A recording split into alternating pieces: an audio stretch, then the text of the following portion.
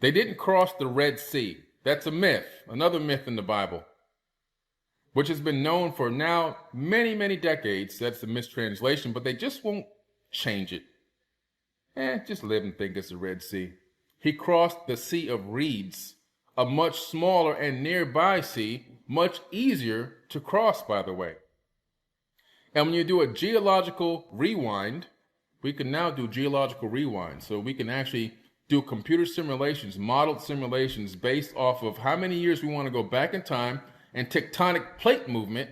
And we can calculate which regions had massive earthquakes and in what time periods. And so we come up with the time period of around Akhenaten fleeing out of Egypt with the Ark of the Covenant, crossing the Sea of Reeds. Around that same time period, there's a massive earthquake which can cause a tsunami. What happens with tsunamis? They suck the water directly out of the river, the lake, the stream, or even the shore of an ocean, allowing anyone to walk on dry land for quite some time. I have an amazing one that I posted on Forbidden Knowledge account about 4 or 5 years ago, where people were walking around on dry ocean bed for about a good 3 or 4 hours before the water came back.